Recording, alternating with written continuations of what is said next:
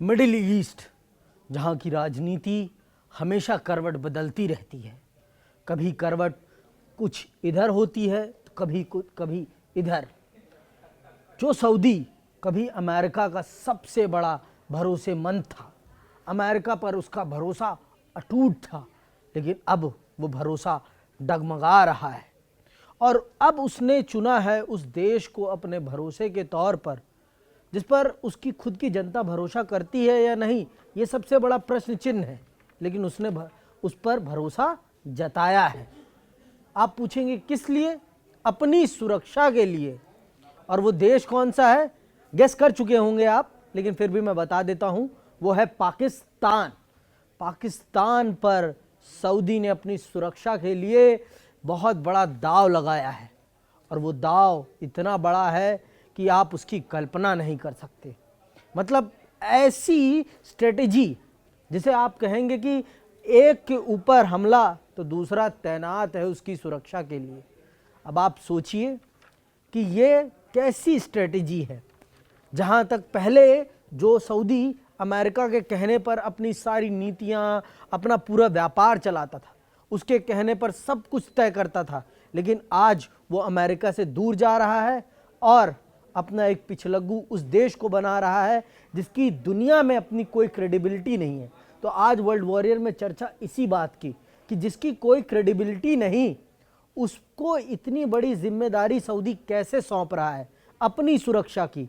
तो सर, मैं आपसे ये जानना चाहूँगा, जहाँ जो सऊदी पहले अमेरिका का पिछलग्गू था, अब अपनी सुरक्षा के लिए, पहले तो उस सब कुछ अमेरिका निर्धारित करता था, उसके हथियार सब कुछ मतलब अमेरिका के हिसाब से ही चलता, लेकिन आज ये परिस्थिति क्यों बदल रही है? इसके पीछे आप क्या कारण समझ रहे हैं कि आज सऊदी को एक बैकअप लेके चलना पड़ रहा है, और वो भी ऐसे देश को जिसकी दुनिया में कोई क्रेडिबिलिटी नहीं है? देखिए, ये बहुत इम्पोर्टेंट बात कही आपने। वजह यही है कि पाकिस्तान पर सऊदी को कोई भरोसा नहीं है। पाकिस्तान दुनिया में उस हर देश के पास जाएगा जहां वो अपना परमाणु बम बेच सकता है।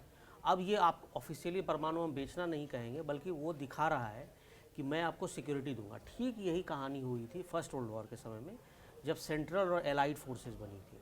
एक तरफ जर्मनी था, ब्रिटेन थे, ये सारे लोग, इनमें भी यही था, अगर एक देश ने पर हमला होता है जो आज नेटो में है, जी जी जी। वो माना जाएगा कि हमारे दूसरे मित्र पर भी हमला है और सबको एक साथ मिलकर लड़ना है।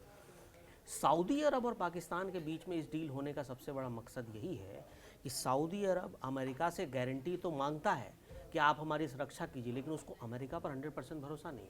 अमेरिका ने गारंटी दी यूक्रेन को, यूक्रेन बर्बाद हो गया, और यही जानता है सऊदी अरब। सबसे बड़ा सऊदी अरब का दुश्मन कौन है? ईरान। अभी हाल फिलहाल में देखिए, इजराइल से लड़ाई नहीं करेगा वो, और इजराइल को अमेरिका ने अपने कंट्रोल में किया हुआ है। इसीलिए सऊदी अरब चाह रहा है कि ये टेक्टिकल बैलेंस बनाकर रखे कि कल को अगर मुसीबत आई तो पाकिस्तान मदद करो। ऐसे भी पाकिस्तान से उनके रिश्ते रहे हैं एज ए इस्लामिक कंट्री। और दूसरा, पाकिस्तान हमेशा से चाहता है कि वो पूरे इस्लामिक देशों का एक तरह से कहें ना खलीफा बने और लीडर बने। वो बहुत पहले से उसकी मंशा रही है। और सबसे बड़ा उसका हथियार बनता है कौन? परमाणु बम। क्योंकि देखिए, दुनिया में जितने बड़े देश हैं, 9 देश हैं, उनमें इस्लामिक देश में पाकिस्तान और ईरान ही है। ईरान के पास तो परमाणु बम है भी नहीं, लेकिन कहा जा रहा है कि ईरान परमाणु बम बना लेगा। तो अगर ईरान ने परमाणु बम बना लिया तो सऊदी अरब को इस बात का डर है कि कल को ईरान ने अगर उससे पंगा कर लिया तो फिर सऊदी अरब को कौन बचाएगा। ये एक, मुझे लगता है, एक वजह हो सकती है जो पाकिस्तान के नज़दीक जाने की वजह है। सर, इसमें एक प्रश्न तो ये भी बनता है कि जो पाकिस्तान अपने एटॉमिक शक्ति की बात करता है, क्या उसकी एटॉमिक शक्ति इतनी कारगर है कि वो आज के समय पर दुनिया में अपनी वही धाक, जो मैं मान सकता हूँ 80 के दशक में दिखती थी, 80-90 की दशक में, लेकिन अभी हमने ऑपरेशन सिंदूर किया जिसमें हमारे फाइटर जेट्स गए, हमारे मिसाइल्स गई और उन्होंने उनकी क्षति भी पहुंचाई है। तो आप क्या समझ रहे हैं कि आज भी वो पोटेंशियल रख रहा है पाकिस्तान, जिससे कि सऊदी उस पर उतना ही भरोसा कर सके? देखिए, अब पाकिस्तान के पास परमाणु बम है, ये पूरी दुनिया जानती है जी। ठीक वैसे ही जैसे आप देखिए, दुनिया में एक धुरी है नॉर्थ कोरिया। नॉर्थ कोरिया के पास परमाणु बम है, इसीलिए अमेरिका सीधे तौर पर कभी नॉर्थ कोरिया से लड़ाई नहीं छेड़ सकता, क्योंकि वो सनकी है। अगर वो किसी ने परमाणु बम निकाल कर मार दिया, जैसे मुनीर ने कई बार कहा है, मुनीर ने पिछली बार भी धमकी दी कि हम बर्बाद तो होंगे। अमेरिका में कहा उन्होंने कि हम बर्बाद होंगे, हमें इसकी चिंता नहीं, लेकिन हम तुमको लेकर डूब जाएंगे।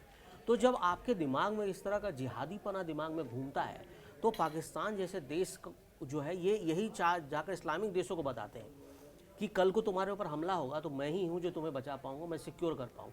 एटलीस्ट नहीं कर पाएंगे तो ये अपना बोलते हैं कि हम परमाणु बम तुम्हें दे देंगे।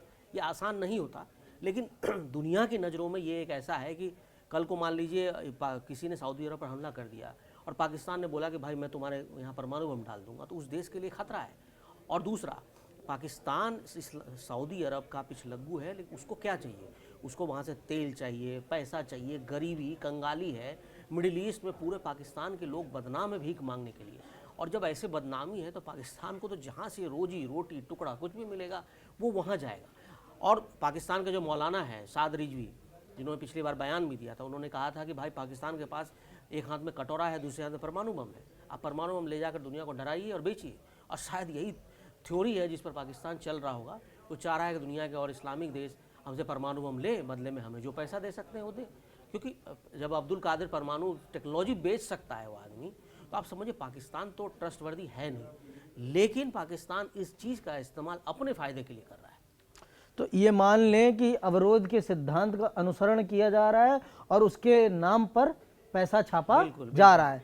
तो अब सर प्रश्न तो ये भी उठता है कि चलिए ठीक है, आप सऊदी आप पाकिस्तान का हाथ पकड़ के आज एक प्रकार से एटॉमिक ताकत बनने का प्रयास कर रहे हैं, लेकिन यही ईरान है।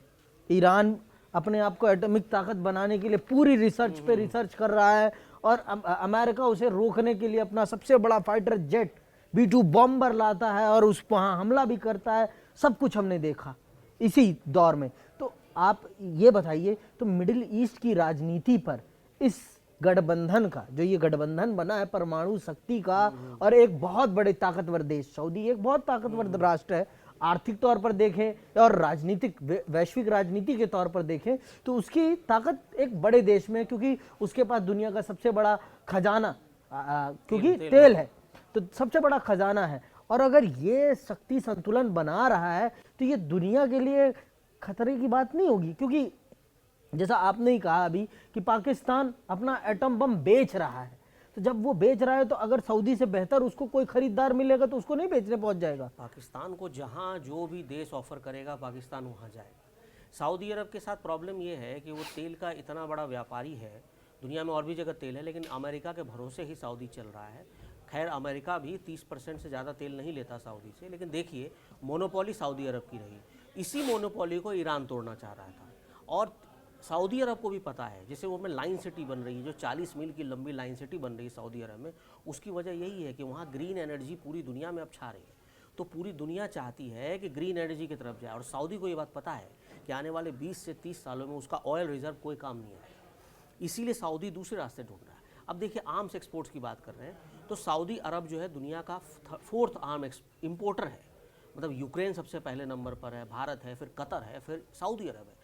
तो सऊदी अरब अपने 6.8% हिस्सा जो है आर्म्स खरीदता है, वो भी अमेरिका से खरीदता है, फ्रांस से खरीदता है। अमेरिका को इसके बदले बहुत सारा पैसा जाता है, अमेरिका को तेल जा रहा है, अमेरिका से भरोसा वो खरीद रहा है, क्या पैसों के बदले। और यही पाकिस्तान है, ये भी चाहता है कि वो पाकिस्तान और सऊदी अरब मिल के मिडिल ईस्ट में एक ऐसी धुरी बनाए जिसके कारण लोग जो ईरान है, ईरान तटस्थ हो जाए। और यही इसी पाकिस्तान को शायद आप समझिए, इसमें अब ये सफलता ही कह सकते हैं पाकिस्तान की, कि उसने सऊदी अरब को अपने पाले में ले लिया। अब उसका अगला कदम होगा कि कतर, इराक, ये सब जैसे देश हैं जो कि पाकिस्तान को पसंद नहीं करते, लेकिन वो भी पाकिस्तान के साथ आएंगे। जो 50 ऑयल एक्सपोर्टिंग OIC जो नेशंस हैं, उसमें पाकिस्तान की उतनी अच्छी इज्जत नहीं है। कश्मीर पर उनको पिटाई हुई, ऑपरेशन सिंदूर पे उन्हें गालियाँ खानी पड़ी, लेकिन पाकिस्तान परमाणु बम का रट लगाता है।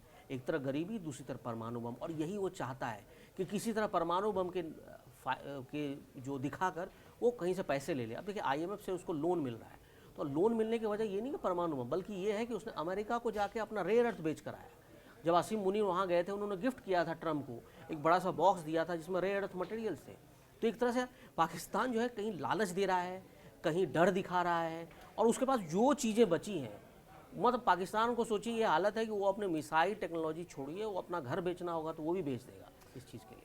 तो ये मान के चलें कि पाकिस्तान मतलब कुर्की की हालत पे है और अपना घर बचाने के लिए, कुर्की से बचाने के लिए किसी भी हद तक, किसी भी स्थान दरबार कहीं भी जाने के लिए अब तैयार है। तो ये बता रहा है, आपने समझ लिया होगा कि ये जो रिश्ता बन रहा है सऊदी और पाकिस्तान का, ये रिश्ता कोई पवित्र रिश्ता नहीं है, भरोसे ट्रस्ट वाला ही ट्रस्ट वर्दी नहीं है। ये रिश्ता सिर्फ एक पैसे वाला है। जिस दिन जहाँ पैसा ज़्यादा दिख जाएगा अमेरिका पाकिस्तान फिर वहाँ चला जाएगा।